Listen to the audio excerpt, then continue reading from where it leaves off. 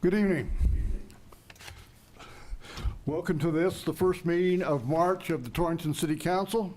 We're glad you're here. There'll be an opportunity at the end of the meeting if you have a thing you'd like to say or any questions you'd like to ask of the council during the public comment portion of the agenda. At this point, we'll first of all thank Ryan and Grant Caith of KGOS and KERM, who are right now putting us on the YouTube channel under KGOS Sports. It's also recorded if you wanted to view it at a later time. Tyler Martineau is here from the Torrington Telegram, and I warned him a little while ago that he's going to be a target tonight, but nonetheless, he'll get through it. Anyway, thank you, Ryan, for covering us. Appreciate it. And Tyler. Okay, first order of business is call the meeting to order, and next is the pledge. Jeff, would you lead us? I pledge allegiance to the flag of the United States of America and to the republic for which it stands, one nation under God, indivisible, with liberty and justice for all. Thanks, Jeff. Next item on the agenda is information. It appears that this week, at least, we're going to have some 60s weather. Beginning Saturday, though, we'll be back to the typical unsettled March weather we're accustomed to, which brings increased moisture chances with stormy periods and lower temperatures. As you know, from January through March and into April, there's going to be snow and rain, and things will continue to blow around. COVID situation here in Goshen County remains pretty stable over the last month. The number of positive cases reported across the state is down as it is here in Goshen County. Our total COVID-related death count is 56. That's up 2 from what it was for almost a month. So that's not a good sign. Other signs hopefully will predominate. Community hospital shows that there's just one COVID-related patient, no one in intensive care, and no one on a ventilator. That's good news. We continue to encourage our people to get vaccinated and boosted. There's no argument that being vaccinated is the single best way to keep yourself from catching the virus or from spreading it to others. Please continue to be responsible people. Follow the guidelines we've been advocating for the last 2 years. Take care to protect yourself, your family, and your coworkers. Contact Goshen County Public Health for vaccination information or your current health provider. Your mayor, council, clerk, treasurer, deputy clerk, police chief were deeply involved with the legislature this past week. Mayor, council, and staff, along with 150 other city officials from municipalities across the state, attended the Wyoming Association of Municipalities legislative workshops last Wednesday through last Friday. We were privy to comments from the governor, our legislators, and participated in presentations on those issues that concern us. We're all very concerned about the legislators' actions on the ARPA money that will soon become available. We're working hard at City Hall to have as many shovel-ready projects on the shelf and ready should that money become available to us. The state has received $1.08 billion, which they're going to divide up among the many entities looking for infrastructure money. Senate File 6 specifies that $334,539,000 plus from the total will go to various departments and projects across the state. Senate File 6 has passed the Senate and is awaiting House action. House Bill 6 appropriates at least $95 million for water and wastewater projects for which the city of Torrington is prepared to put to use. Another bill of interest is House Bill 42, which specifies direct distribution money to local governments, which constitute the 99 municipalities and the 23 counties, in Wyoming. At this point, the governor is recommending $105 million in direct distribution money. The House amended the governor's request by adding $15 million for county consensus spending. And we know that discussions are taking place among legislators which could ultimately place $250,000 in the hands of cities and counties for badly needed infrastructure improvements. Mayors and representatives of the 5 Goshen County municipalities are continuing to work on the 6 penny initiative that we're going to present to the commissioners on April 5th. We're currently trying to come up with accurate costs and projects that we've designated for that project. The county also is expected to have projects designated for this proposal. In our meetings in Cheyenne over the past week, We've had the opportunity to discuss strategies and gathered information from those municipalities who have already been successful in passing the 6-penny tax. City of Torrington is just in the beginning stages of the budget, which will go into effect on July 1st of this year. All of our departments are working toward projects and what the costs to run their departments are going to be for the next fiscal year. But we're also feeling the effects of inadequate supply problems, increased materials costs, and know full well that that's going to be reflected in the budget. There is some hope that the ARPA funds can, to a degree, offset some of those unexpected increases. Once again, events around the world are making it clear to those of us fortunate enough to be living in Torrington, Wyoming, that things could certainly be worse. Nations of the world are reacting to the devastation brought on by Vladimir Putin of Russia and his attacks on Ukraine. So, especially during this difficult time in Europe, please remember to count your blessings and be grateful for what we have here in this community. And that concludes the information items. Thank you. Next item is to approve the consent agenda, which includes the minutes from the 2/15/22 City Council meeting as published. Move to approve the consent agenda. Councilman Kelly, thank you. Is there a second? I'll second that. Councilman Patterson, thank you. We have a motion and a second to approve the consent agenda. Is there further discussion? Hearing none. All in favor of the motion signify by saying aye. Aye. Opposed? We have approved the consent agenda. Next item is to approve the agenda, and there are 2 amendments to the agenda. The first one I'd like to tell you about will go at the end, right after public comment, and that will be an executive session regarding possible litigation. Second amendment will please put it at 3B. That is a pro re nata police position, and Chief Johnson will explain that to us when we get to that point. I think you all have staff information provided to you. Other than those 2 amendments, the agenda stands as printed. I would move to approve the agenda with the additions. Councilwoman Steinbach, thank you. Is there a second? Second. Councilman Kinney, thank you. We have a motion and a second to approve the amended agenda. Further discussion? Hearing none, all in favor of the motion signify by saying aye. Aye. Opposed? Thank you. We have approved the amended agenda. There's nothing in the public forum. And so before we get to the action items, we have some special guests tonight. And our past chief of police, our current safety officer, Billy James, is here. And so I'd introduce Billy, and he will introduce our guests. Thank you. Mayor and Council, I had the honor of having a couple of young exchange students stay with me. They're with Youth for Understanding program, and this is Vinny. He's from Italy. And this is Peebo, he's from Spain. So if you have any questions for him, I'm sure they'd love to answer. They didn't know what to do on a Tuesday night. I said, I know a place that is nothing happens in Torrington unless it happens here. That's right, that's right. Well, I've got a question for each of them. Vinny, is that correct? Yes. What do you find the most different? Could they come to the podium and answer? Yeah, but could you come up to the podium? That way we can get you on camera and we can also hear you better. Yes. Yeah. What do you find the most different about life in America compared to what life was like in Italy? Maybe food, one of the most important, and how the people are, like the feeling is better here. Like the people are always good, nice with you, so I like it. I don't know if in the other part, in Torrington, is like that, so that's good. So what about the food makes it so much better here? No. I mean that is better in Italy. The difference is better in Italy. And about the people, they are so good, they are so nice, so I really like it. About food, it's better in Italy. Thank you.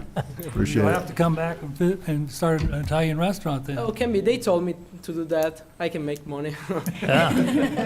Bibo, what do you find the most different? So I came from Madrid. That is big city. And coming to Torrington, that is not as big, is a big change. Good or Everybody- bad? Both of them. Everybody knows everybody, Yeah. and that includes good and bad. So, so yeah, that's pretty much it. That's the What about thing. food? I prefer food from Spain, Oh, but that's all right. I've tried things here that are really good. So, Overall, is this a good experience for you guys? yes, definitely yes. Okay, good to hear. How long are you staying for? Till Yeah, June? around the 21st of June, more or less. Yeah, just Do not you get sure to yet. travel around after that, or do you go back to your Go- homes? Go back. You go back. Yep. Has anyone told you about the Spanish girls up at the college, the basketball players? Mm-mm. I'm telling you.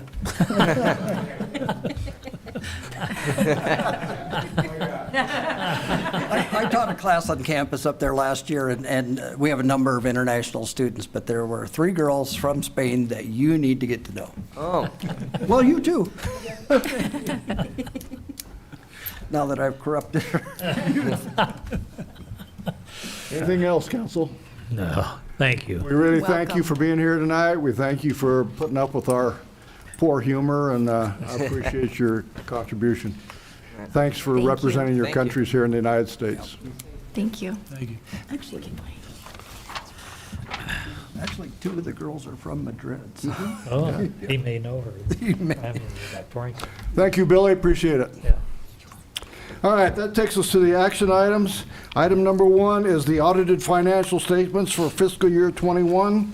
Paul Steele with Leo Riley and Company has provided electronic copies and paper copies to us tonight of the audited financial statements, and we're ready to go, and Paul's at the podium, so Paul, we'll turn you loose. Thank you. I think this is the first time I've ever been on TV doing this, and I've done it for a long time. So, Lynette emailed out a copy, electronic copy, and so then what I did for tonight is I went through and so make it a little bit easier to follow along, I highlighted some things I'm going to point out in the content. I hope that helps, rather than me trying to describe where they're at, and just some things that are unique. It's been an interesting year, and Mayor, based upon your report, it's just going to continue that way with all the COVID, ARPA money, and everything else that's coming through, and it really affects your financial statement, your financial position, and I'll point some things out on that.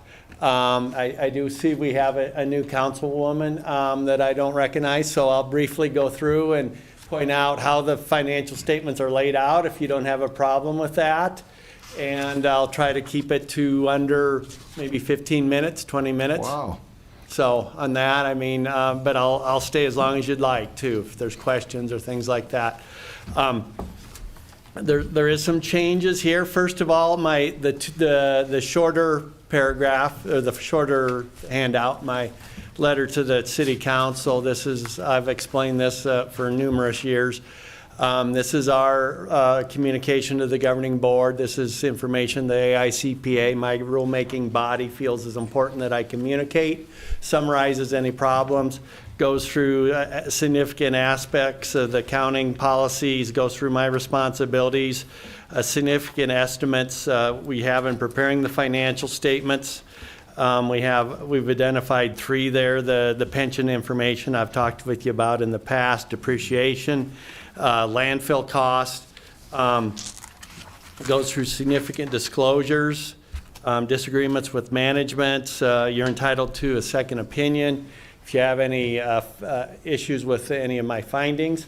The one thing I wanted to point out there, though, in the very first page, and this has been kind of back and forth how we've been presenting this. We had a new Government Accounting Standards Board Statement 91. That's the rulemaking body for governmental financials.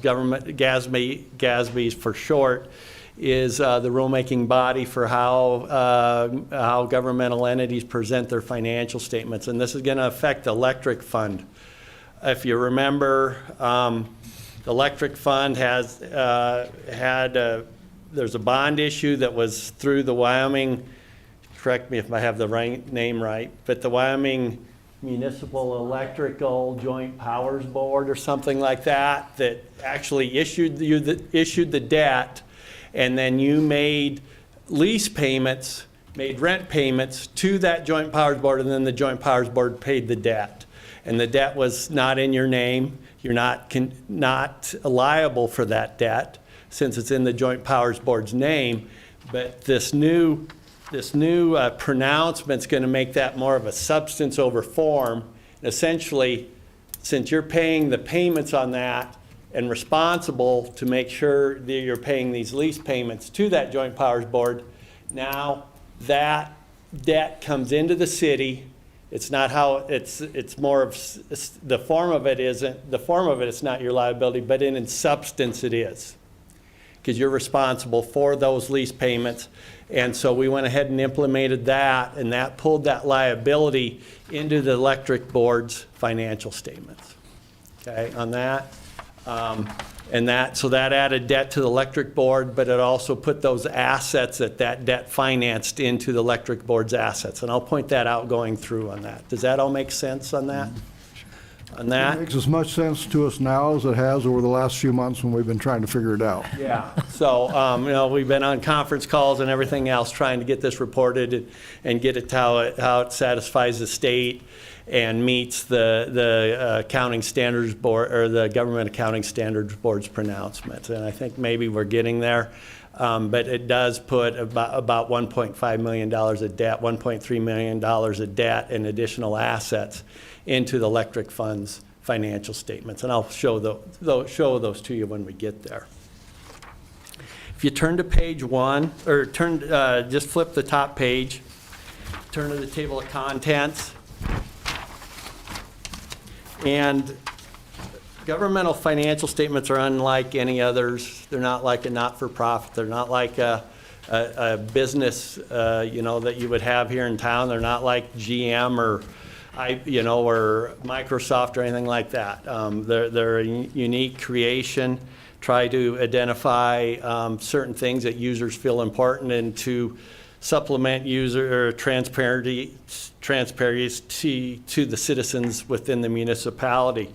So in that being said, we essentially end up with 3 sets of financial statements included in the report. So on pages 4, I just kind of use this as a roadmap. So we have a budget presentation, and that's going to be on pages 40 and 41. And this is comparing your budget actual results. And this is primarily just pretty much how you get your monthly financial statements presented to you. That's going to be on the cash in, cash out basis. And then we have the next step up, the governmental fund types. That's going to be on 6 through 8, 6, 7, and 8. And this is focusing on spendable resources. And so focusing on revenue streams, restrictions, and so on.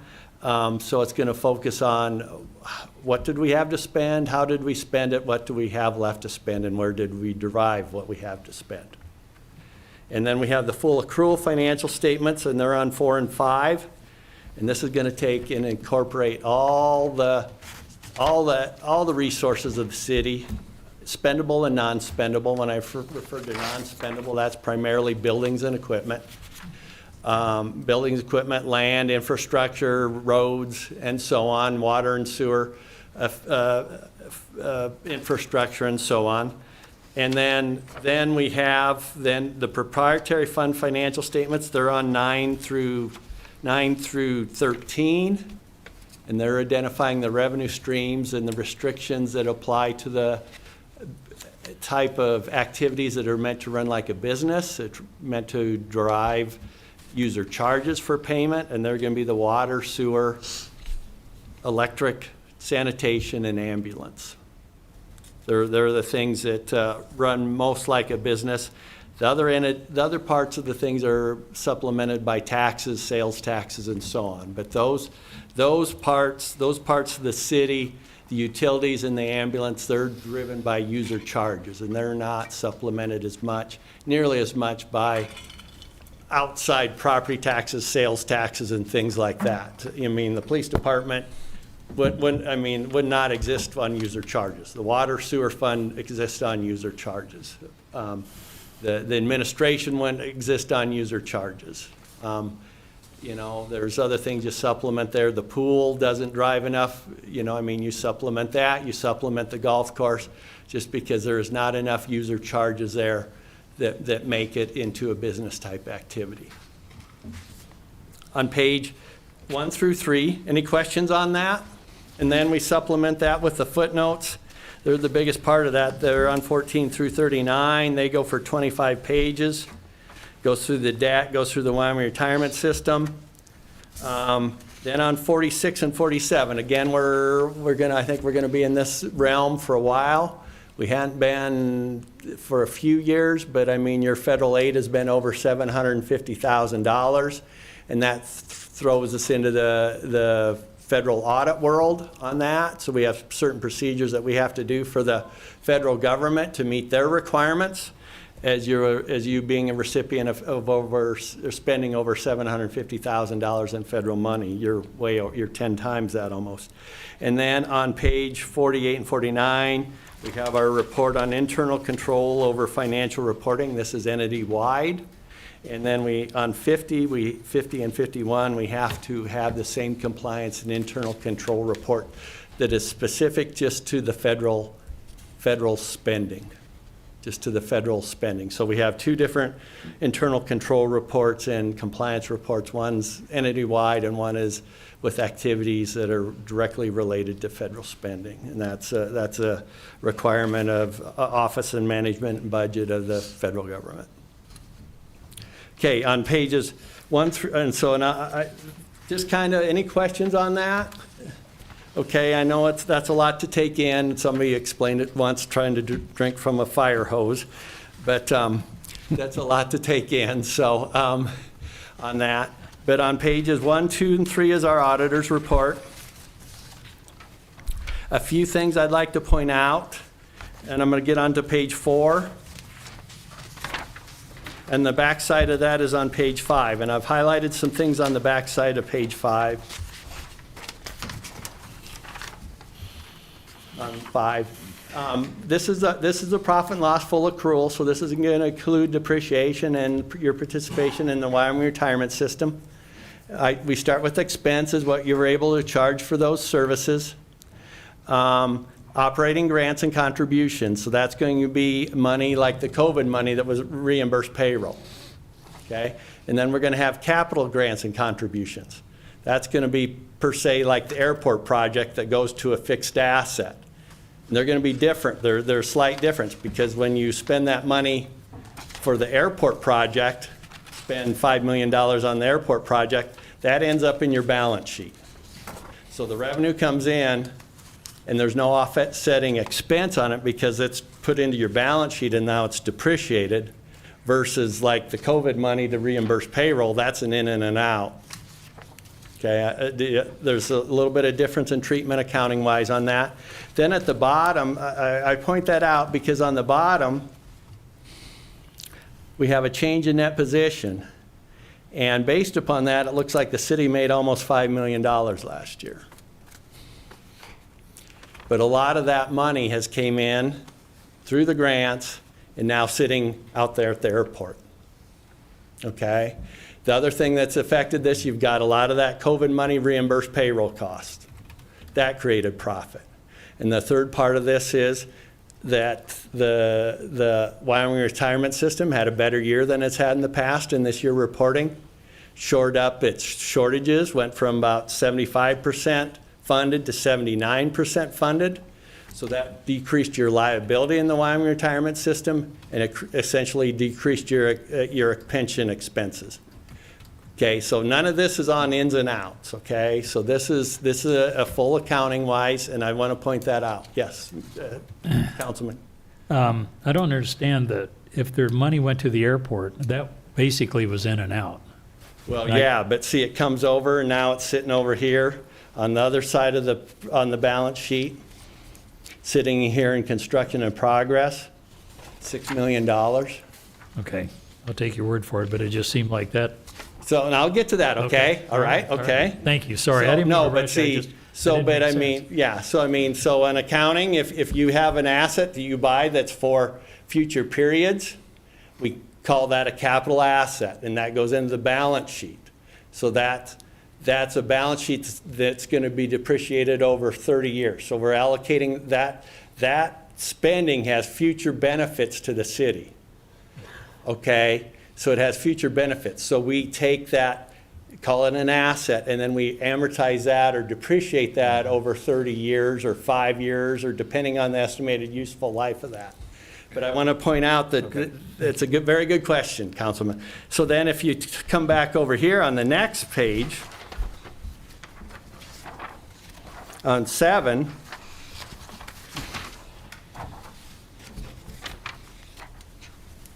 and I've highlighted there at the third line from the change in fund balance. Now this is on the ins and outs approach. You can see the airport lost $30,000. Okay, so see here, the revenue for the airport projects is up there in intergovernmental revenue, and now it's shown as an expenditure rather than a capitalized asset of $4 million.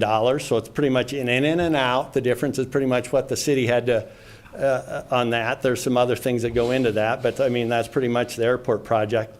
And now you can see the airport project, just based on spending and receipts, lost $30,000. Over here, it's showing this profit of $4 million. Yeah. Okay? Same with the general fund there. You know, I mean, $500,000 profit. I mean, pretty much, that's pretty much going to be pretty close to the COVID money that went into the general fund. Without that, I mean, without that COVID money going into the general fund, it probably would have been right about break even.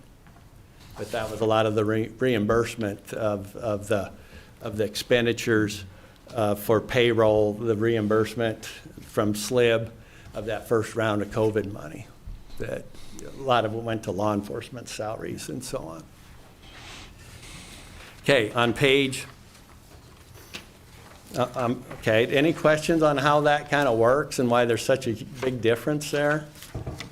So I know it's a little confusing, but it's just different presentation. One's a full, what we call a full accrual presentation, and then the other's more of a spending driven or a spendable resources driven presentation. The second one is. Okay, thank you. Okay, all right, okay. Then on the 9 and 10 are going to be the utilities.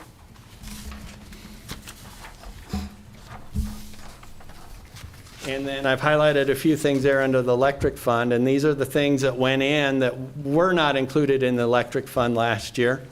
Under the assets, investments, 260, there's a bond reserve fund that's cash set aside to meet the debt obligations. And then on page 10, I highlighted the line, the bonds payable, $1.13 million, and the current portion due within 1 year above it, the $195,000. That was not reflected in the electric fund last year. That's the accounting change I was referring to. Okay, where you were making the payments, you were making a lease payment to the Joint Powers Board, and then the Joint Powers Board was making the debt payments. That's the form of it. In substance, you were really making the debt payment. Okay? So it's substance over form there on that presentation, and that's why that's why we went ahead and implemented that accounting change. Okay. Again on page. Excuse me. On there on the back of page 11. On 11, this is the profit and losses by water, sewer, electric, sanitation, ambulance. And again, these amounts are going to be affected by the grants, like I was explaining, things going on the balance sheet that aren't expenditures. And then again, each of these received an allocation of the COVID money. The COVID money was allocated across the whole city based upon the payroll that was affected by the COVID. So, I mean, so Lynette went through and did a percent allocation, like I think the highest percent was the police department affected by COVID, so they got the most COVID money. But every other department was affected, and so they got allocated that COVID money on that. The one thing, I'm going to back up just a second. On page 6, and I've highlighted, this is the first round of ARPA money you gave. This is what was directly deposited into your account in June. This isn't anything you had to apply for. This is the ARPA money that you were directly given by the U.S. Treasury. And the reason I'm pointing that out is in governmental accounting, if you don't spend that, you owe it back, okay? So what we have to do until you spend it, we don't take it into revenue. So it's just going to hang out there that you owe it back to the federal government until you spend it. They're not going to come ask for it, but we have to show that it's unspent. And by doing that, we show it there in there as a subtraction. So that hasn't ran through your profit and loss yet. I don't think that's going to be a problem, Paul. I know that. I mean, yeah, you're going to keep me busy for a long time, all this ARPA money you're going through here in your statement. Then the last thing I wanted to cover, if you turn back to the back, I'm going to talk about federal money again. And I didn't highlight anything on this, but if you turn back to the back to page 46,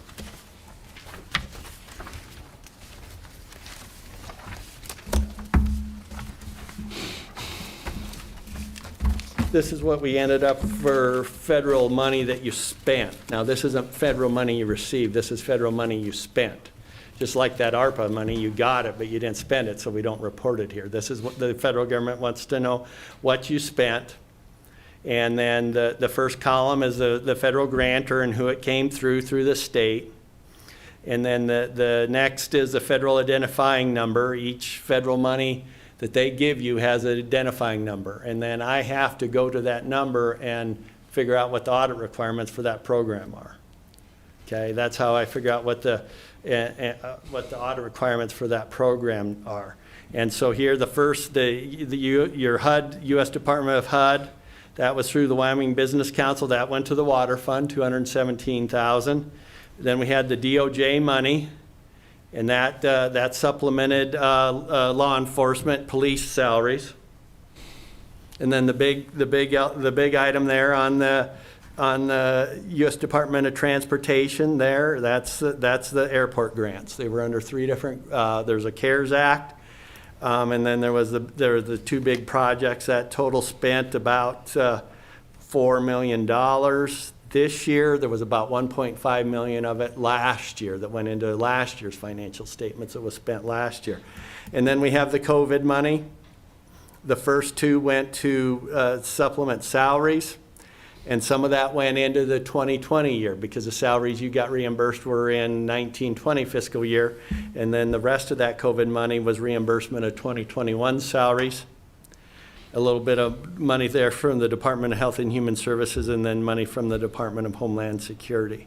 So it ended up being about $5.1 million that you spent. It sounds like it's going to be a lot more going forward too on that. And so then we have a hierarchy of what we go through. We need to do specific compliance requirements on, and that's how we end up with our report at the end there. But we have specific requirements that we have to go through and determine which grant we're going to pick to audit. And it usually ends up being the largest, which again was going to be the airport. So then we have specific purposes that the federal government directs me as auditor that I need to do on that airport money. So that's kind of what I wanted to cover. I know it's been an interesting year. It's been real interesting. I mean, just seeing all this money. I mean, you're not the only entity in the state getting all this COVID money, and the state's been. The other thing is, it's been interesting how the state's awarded it. I mean, your rules aren't the same as the county's rules, or the school district's rules. But I mean, that's kind of what I wanted to cover tonight. I don't know if you have any questions on anything. Council, you have any questions for Paul? Paul, I ask you the same question I've asked you for I don't know how many years. Yeah. At the end of the audit, knowing the size of our operation and the number of people that we have on staff and the oversight capabilities that we have, are we doing what we should be doing? Yeah, I mean, and Mayor, and when I come into audit, I would just, you know, with Councilman Kinney there, I was saying, if it ends up in my sample. So essentially, when we're auditing controls. I mean, you know, so like over the disbursements, over the payroll, I can't go through and look at, I mean, you're probably paying 100 bills tonight. I can't go through and look at 12 months of 100 bills. I mean, so what we do is we do random samples, make sure that you know, there's approval process in place. We need to document that approval process. We go through and make sure that that seems to be functioning, is implemented. And you know, and I mean, and my sample size is not that huge, but I mean, we are looking to make sure that procedures are in place to make sure that things are operating correctly. There's other things I do to do the financial, I mean, that really applies to like your utility billing. I can't go through every utility bill, but I mean, we go through and make sure that there's things in place, safeguards, that there's oversight, and so on, to make sure that things are, that controls are functioning on that. Some of the things, other things, you know, we do a little bit differently. Like I'll just send a confirmation to the state and say, Department of Revenue, I'll say, well, what did you pay the city of Torrington in sales tax? And I'll come back and check and make sure that the sales tax that the state has is the same that you got in your books.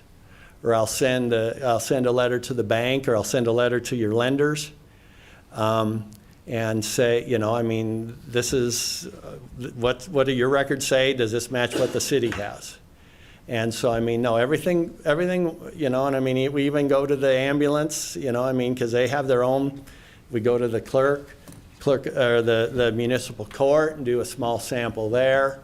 And we go to the ambulance, make sure there's a billing procedure, so on, and make sure that that's following through on that. And so that's kind of how we proceed with our audit. And, but I mean, there is things that it's hard to get everything completely divvied up among, you know, among people.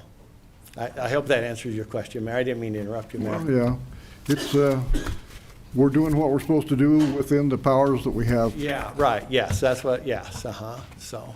Okay. I appreciate everybody's time tonight. I probably went over my 15 minutes, but. Just barely. Any questions, council? Paul, we thank you again. Thank you for making the long trip today.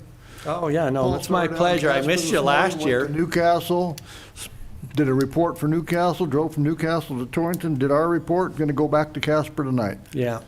And Keep your eyes open. Yeah, and I appreciate, last year I missed you because we had that big snowstorm. Yes. Last year and the roads were closed, and so I know it's not very intimate and it's not very personal if I don't do this in person, and that's on that. So I appreciate you having me tonight, so. Thank you. Thank you. Thank That was, you. I like the way you highlighted the things and brought those out. That made a lot of sense Okay. as to what you were talking about, and helped yeah. me find it quicker also, so Right. I appreciate that. Yeah, no, I've been trying to do that more. I mean, it just takes it doesn't take much longer to do that, and I think it adds a lot more to my presentation on that, so. Yeah. Thank you. All right, okay. Thanks, Paul. Okay, we're ready for item number 2, ordinance on first reading. Excuse me? Do we need to Can I accept the vote on audit that? report? Pardon? Need to accept vote the on audit that? report? Yeah, Why don't we do that? please. Okay. All right, council, we need to approve the audit. I make a motion to accept the audit as presented. Councilman Kelly, thank you. Is there a second? I'll second. Councilwoman Steinbach, thank you. We have a motion and a second to approve the audit. Is there further discussion? Hearing none, we'll move to a vote. All in favor of the motion signify by saying aye. Aye. Opposed? Thank you. We've approved your audit, Paul. Thank you for your time and opportunity to serve the city. Have a good trip. Drive safe. All right, item number 2, ordinance on first reading relating to penalties in jail. Attorney Eddington. It's an ordinance amending and reenacting sections 9.02.010 and 9.02.011 of the Torrington Municipal Code, 2022 revisions relating to penalties in jail. What we did in this, really the only amendment is found in 11, and what we did was we're asking you to add battery as a jailable offense. All of those others have always been jailable, but I did itemize them, if you will, to make it clear for public and court purposes what is jailable. And then in 10, all I did, there's no change. I reworded that and tried to make that a little clearer. Hopefully that's a little clearer as to what we cover. But really the only amendment is, if you'll find in the middle of 11, that 916030 battery will now be a jailable offense. We've had some Okay. situations at the prison with prisoners and guards and staff, and some issues with those being prosecuted across the street, and so we want to step up and prosecute those here since it is in the city of Torrington. Okay. Okay. Council, questions? I do have a question. Mr. Eddington, on DUI, it has first and second offense. What happens on the third offense? Third offense is a minimum 1 year, so we don't have jurisdiction for that, so those have to go to circuit court. Thank you. I have a question, and this calls for a little bit of speculation, so I don't know. Do you anticipate this will affect the number of jury trials, adding this in, or? I hope not, but it's possible. We haven't had a jury trial in a long time. Yeah. I had one scheduled for this month that we settled, actually for next week that we settled. So, you know, it's a common tactic by defense counsel to buy additional time and to get more information. And we probably average 3 or 4 requests a year, and we haven't tried one, I'll bet, in 10 years. So it's possible, but Okay. not probable. Because as I understand it, that if they are facing substantial incarceration, they're entitled to a jury. Yes, Correct. any jailable offense, they're entitled to a jury trial. Okay, but don't anticipate too much. I don't, just based on history. Yeah. Anything else? I would move to approve this on. Councilman Patterson, thank you. We have a motion to approve the ordinance on first reading. Is there a second? Second? Councilman Kenny, thank you. We have a motion and a second to approve the ordinance on first reading relating to penalties and jail. Is there further discussion? Hearing none, all in favor of the motion signify by saying aye. Aye. Opposed? We have approved item number 2 relating to penalties in jail. Next item is ordinance on first reading, Attorney Eddington, relating to sentencing hearing. An ordinance creating section 9.02.012 of the Torrington Municipal Code 2022 revisions relating to a sentencing hearing. So this is a brand new ordinance we're bringing before you. The reason for this is commonly Monday mornings we do arraignments, and I normally don't attend those. And so the judge may have 1 or 2 or 5 or 8 different people that actually plead guilty at those arraignments, and he normally proceeds to sentencing at that point in time. There are a couple tricky statutes out there. One of them is DUS. The primary one is driving under suspension. And if that suspension is a result of an existing, within the last 6 months of a DUI suspension, there's an automatic jail term under the statute of minimum of 7 days. We've missed a couple of those because the court has not had that information. And so what we're asking in this ordinance is that any of those jailable offenses, he can accept the guilty plea and set sentencing a couple weeks down the road. Then myself and/or officers can provide the sufficient information for full consideration of what the sentencing should be. If we have repeat offenders, unfortunately we do, then the judge needs to know that. He needs to know that DUS is within the last 6 months of an existing reason for a DUS. that person has to go to jail. It's not discretionary, it's mandatory under the statute, and that information needs to be provided. The other one is a second offense DUI. Sometimes that information is not always available to the officer. Normally they can get a lot of that information through their computer when they're on scene, but not 100% of the time. We learn about a second offense later. And so we need to provide that information at a sentencing hearing. That'll always be a check we make between a guilty plea arraignment and a sentencing later date. Some of our repeat offenders know that issue, and so they will plead guilty at an arraignment, hoping that, especially if it says first offense on their ticket, when they know it's second offense. Because again, that is a mandatory 7 days in jail. So those are the two big reasons for this request for a sentencing hearing. That information that you need to make that kind of decision, where does that always come from? Usually through NCIC, through our own in-house records. We get information that in the last 10 years there's been a violation that would enhance that penalty, if you will. That information is always available to you. You just have to go check it out. Get it and get it to the judge, and sometimes that doesn't happen at arraignment. Okay. I don't see any time frame here. For the sentencing hearing? Yeah. No, the plan is to generally set it 2 weeks after the arraignment on a Tuesday, and then I'll get that information the next day, and I'll have 2 weeks to provide that information to the court. Should that be included in the ordinance? Doesn't need to be, because you have, in district court, they do what's called a PSI, or a pre-sentence investigation. Normally, the courts allow up to 90 days. We're not even going to get close to that because we don't send out probation and parole to talk to victims, to talk to family, and do an extensive report for felony cases like they do there. So we're just asking, our general rule of thumb is going to be 2 weeks. So the judges can arbitrarily set the date then? They are. Is there any need for a provision to waive this for a littering ticket or something where it could just be disposed at? It won't apply to non-jailable offenses. So it's only applicable to jailable offenses, which are in 11. Those, 5 or 6 offenses. Okay, thank you. It only applies to those. Okay. Sometimes we have a public intox. We had one recently, and I mean, it's his third one in 90 days.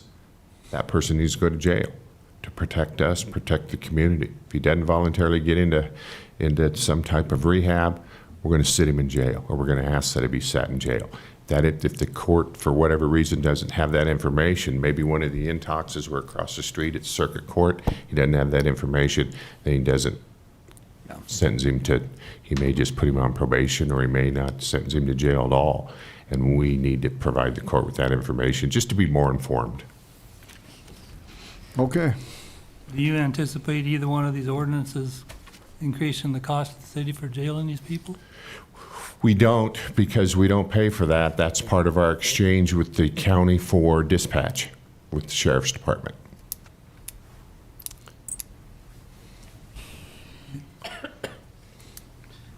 Anything further?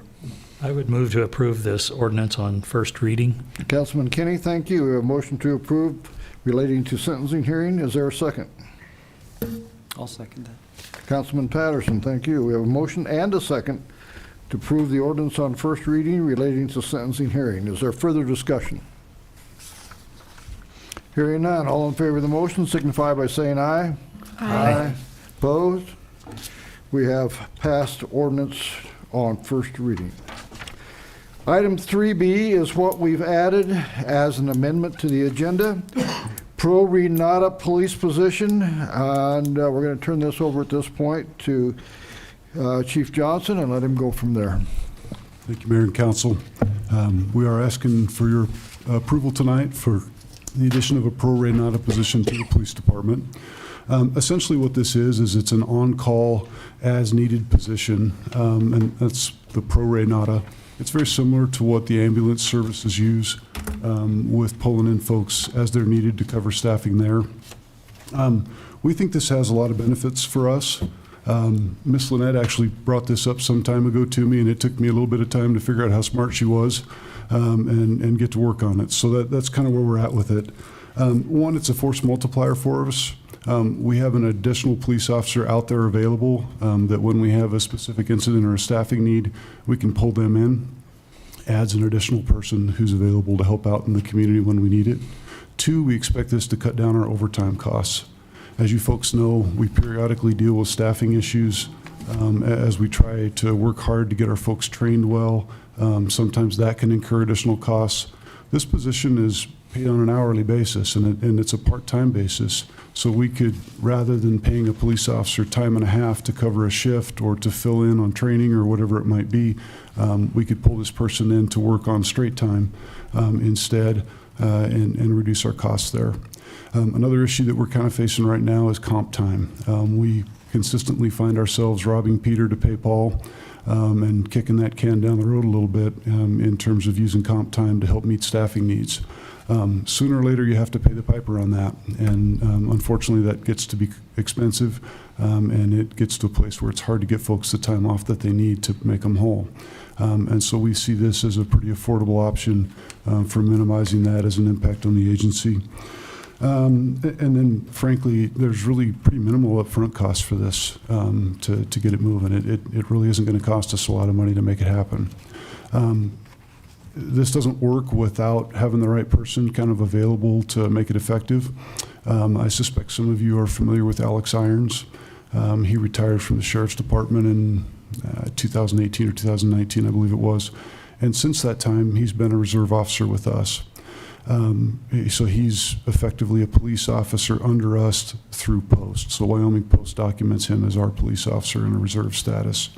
For the last year and a half, Alex has been training with us. He's been showing up to help out at parades and community events. He's helped to teach some of the classes that we're routinely providing for police officers here. And he's helped out on big scenes when we've had significant cases and we were short on people and needed somebody to come out and either help with scene security or perimeter or whatever it was. He's graciously volunteered his time to do that.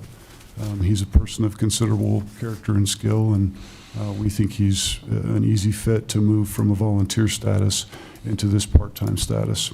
Wouldn't require any additional manipulation or approval with post. All they would essentially do is push a button that moves him from a reserve status to a part-time status as we need that to happen. Because he has as much training and experience as he does, and has worked with us quite a bit on some of the core function and most important skill groups that we maintain. We really anticipate it's only going to take a couple of weeks of FTO to familiarize him with some of the pieces that we do that's a little bit different related to municipal law enforcement than what his experience has been in the county. So some orientation, some municipal court, some paperwork stuff. And that doesn't cost us a lot. So we would anticipate from the standpoint of getting him up and moving, we're probably looking at about $2,500 for a two-week FTO program. We have sufficient payroll budget right now that we can accommodate that between now and the end of the fiscal year.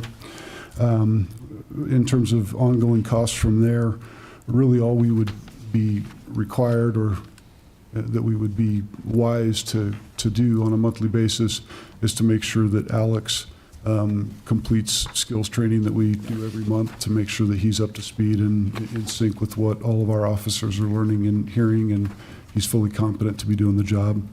So, I mean, we're $100 a month is kind of what that is. I mean, we really do 3-hour training blocks every month to keep folks up to speed, and we'd just be paying him straight time to do that. If we used him 3 shifts a month, payroll expenses, approximately $936 a month. There'd be some addendums on that, but not significant. If we used him 4 shifts a month, we'd be looking at about $1,250 a month in terms of making that effective. Would you repeat that number again? About $1,250 a month for payroll expense. If he were to work 4 shifts per month, that'd be 4 12-hour shifts. So I guess our assessment on this is that this is not new. It's something that Torrington Police Department has done before. We think it's a win from a staffing perspective and helping us be more successful, and we anticipate that it's not going to add costs, that it may likely drive some of our costs down. How many shifts a month do you anticipate using? I expect we're going to be in the 3 to 4 range. This did go through the wage committee last week. Yes, sir. Or last week, and the wage committee did approve this and wanted it to be brought to the council. Yes, sir. So just so you all know that. Thank you. Well, and the chief had mentioned that Torrington had done this before. I'm very aware of that. We did it in 1984, 1985. There were 2 of us that were certified police officers, like this requires, that were no longer working at the police department, Glenn Schlavey and I. And we filled in for vacations and covered shifts when they were short and with some illness and stuff. And so it's really handy because it was just as needed, as the name implies, so. The job description is before you tonight. This is essentially the same as what our regular police officer position is. There's been a few things that we've changed. One is we removed the extended duty assignment from it. This wouldn't be a position where we'd put someone in a long-term detective or SRO position. It wouldn't make any sense to do that. Theoretically, Alex might help fill in for an SRO event or fill in for an investigative event, but we wouldn't put him permanently in that role. And then the other is for some of our collateral duty assignments. We actually went back and forth a little bit on this one in terms of the best way to handle it. We invest quite a bit of money and time into getting officers certified to train and instruct in these various disciplines. And because of the nature of that part-time fill-in, I don't know that we would be able or willing to make that significant of an investment to provide someone with those advanced training certifications. But in like Alex's case, he comes to us as a fully certified firearms instructor.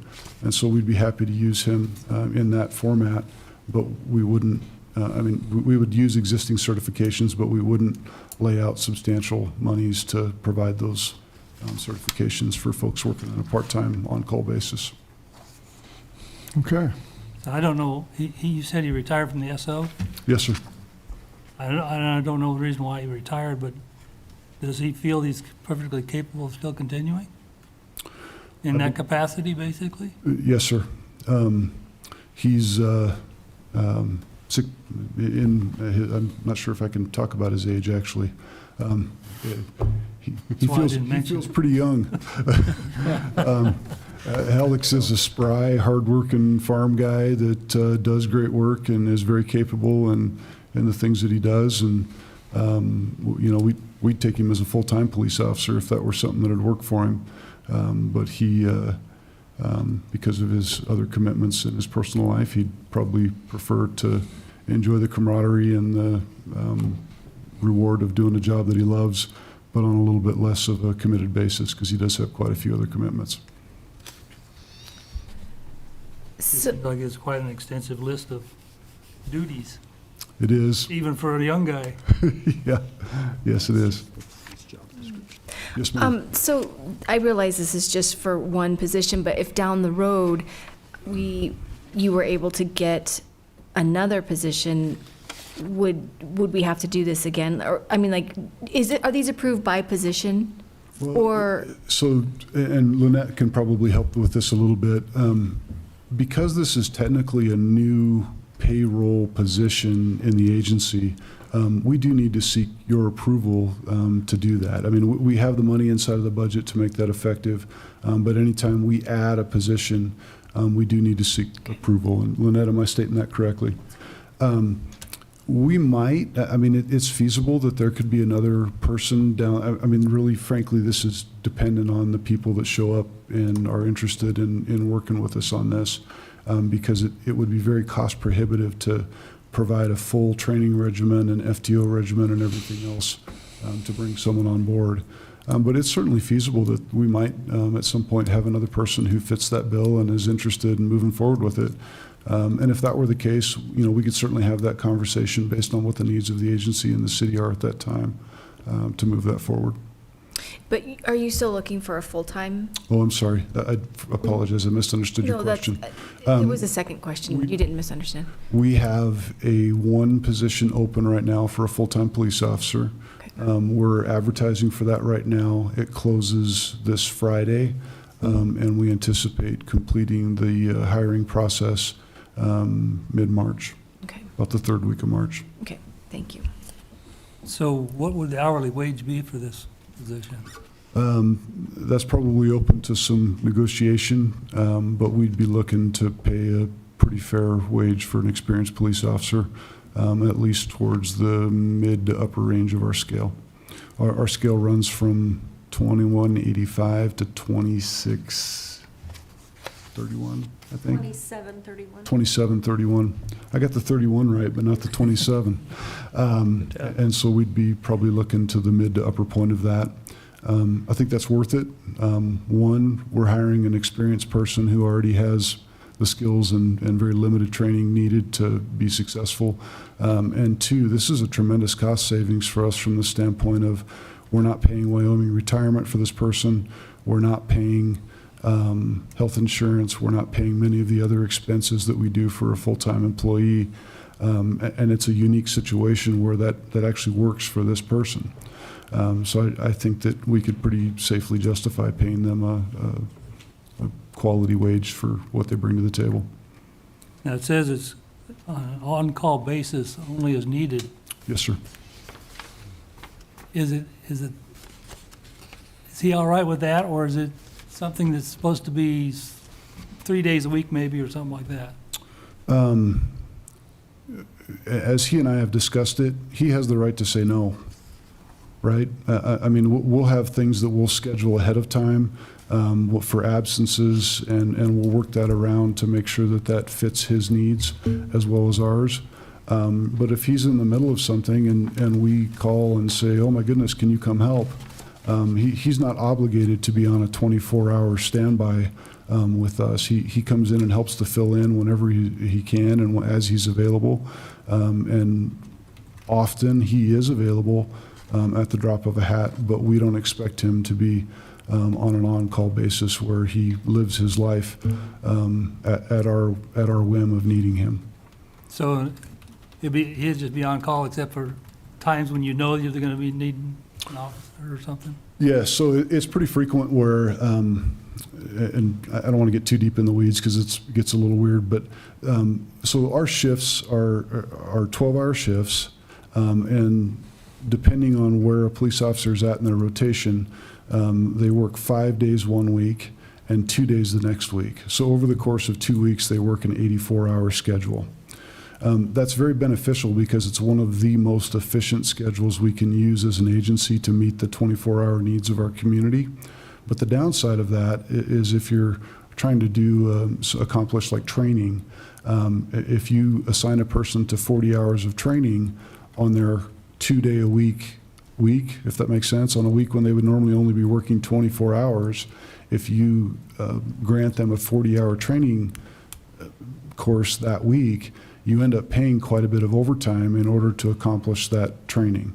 And so by planning ahead, we can use this pro rata position to help offset some of those needs so that we don't end up having to pay overtime to cover some of those training needs.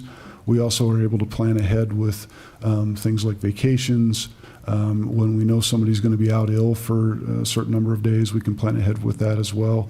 And then he would be in the same position that everyone else in our agency is, where when we're desperate for help, we start making calls and get as many folks as are able to arrive to help out as is possible.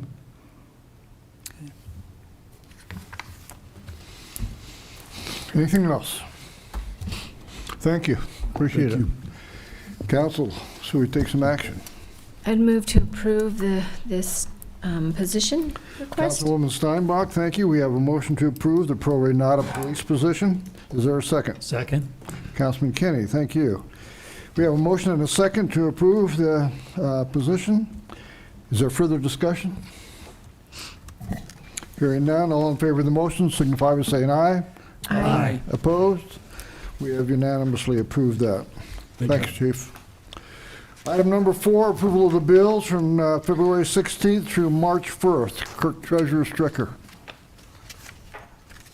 Thank you, Mayor and the Council. Attached to your agenda were a list of bills, and I handed out a small second set. I'd be glad to answer any questions on those bills. On the first set, Lynette, there's a $46,000 and change payment to Bivens Construction. Is that the final payment? It's on page 1. Or is that for the most recent? The 4,000 on the first set? First page of the first set, Yeah. 46,000. Yes, that is the retainage on the sewer line replacement. We still have retainage on Ridge Road Okay, project left. okay, So, all right. And the one right above that for benchmark, it says water and sewer maps, EWC and fairgrounds. Aren't the fairgrounds outside the city limits? They are, and we have service lines there. At the fairgrounds we do? We do. Didn't know that. Another disaster from our forefathers. I did not know that, okay. Are they working water lines or are they abandoned? They're working. Oh, okay, thanks. Then over on page 5 of that first set, Twin City Roofing and Sheet Metal. It says $398 to replace a 12-foot section of gutter. On what building was that? Do you know?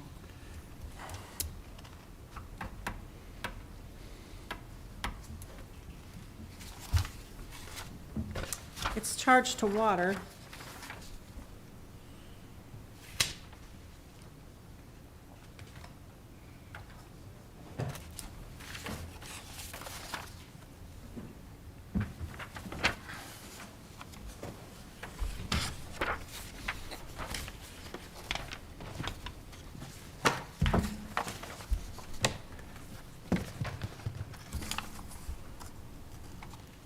It's been around the pump house.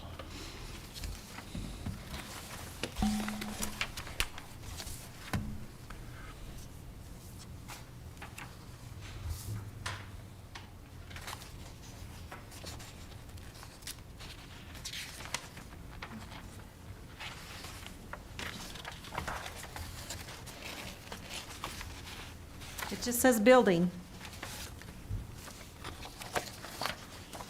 Okay. I will get back to you and find out which building. Did you say that's Parks? No, it's water. Water. Just seemed kind of high for 12-foot section. Maybe not these days anyway, maybe.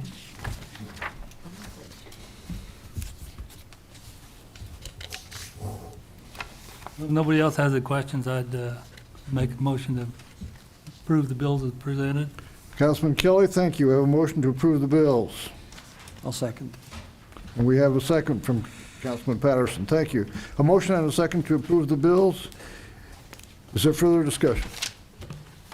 Hearing none, all in favor of the motion signify by saying aye. Aye. Opposed? We have approved the bills.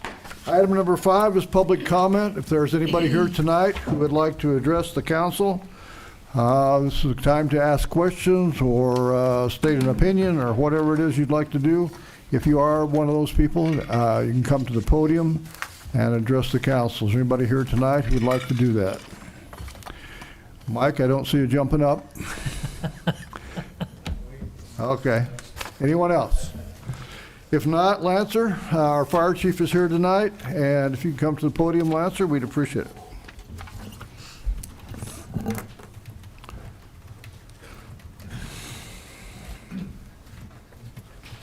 All right, good evening, Mayor and Council. So the truck is back from Colorado. Just had some of those minor repairs that we had kind of discussed.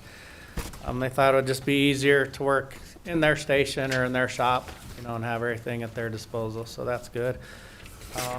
With that being said, we're planning on having a ceremony on March 18th. I think we're trying to finalize that, but I think that's the plan right now. in which we're going to do what's called a push-in ceremony. Some people may call it a push-back, kind of is the same thing, and it's just a historical, traditional thing for a fire apparatus, kind of when you get a new one and it goes into service, to push it into the station, signifying that it's yours and it's ready to go. So I'm trying to make a big deal out of that. I know the governor has been invited.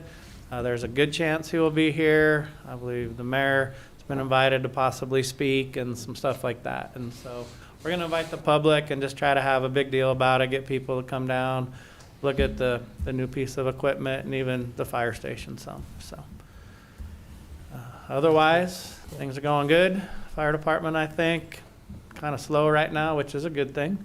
I mean, we like to be doing stuff, but we also understand it's good when we're not doing stuff for the community. So, but that's kind of what's going on right now, if anybody has any questions. Did they have to do a substantial amount of changes to the fire truck, or? No, not substantial. Like, we had a hydraulic leak that was up underneath, not real easy to get to, and they were just going to redo the coupler and the hose. And so I think being able to do that there, get the measurements and whatnot, and then just some little things here and there. So. Well, if you do that on the 18th, that's my birthday, so I'll expect a ride around the block. Okay, we can probably do that. That's on a Friday, isn't it? Yes. 18th? Yep. I think I'll be here. I think it was going to be around 4 o'clock. I think the plan was I believe the wine tasting is that evening. So kind of do our event first, and There then is. people could attend that as well. Good. Any questions for Lancer? Thank you. I appreciate your willingness to come up and give us a report. You're Thank you. welcome. Thank you. We're glad it's quiet. Yeah. All right, at this point, we have reached the time to adjourn, but we have a executive session planned. That's an addition or an amendment to the agenda. So at this time, I entertain a motion to adjourn from our regular session and to open an executive session. I would so move. Councilman Kenny, thank you. Is there a second? I'll second. Councilman Steinbach, thank you. We have a motion and a second to adjourn from our regular session and at the same time open an executive session. Further discussion? Hearing none. All in favor of the motion signify by saying aye. Aye. Opposed? Okay, we'll take a few minutes, allow the media to escape, and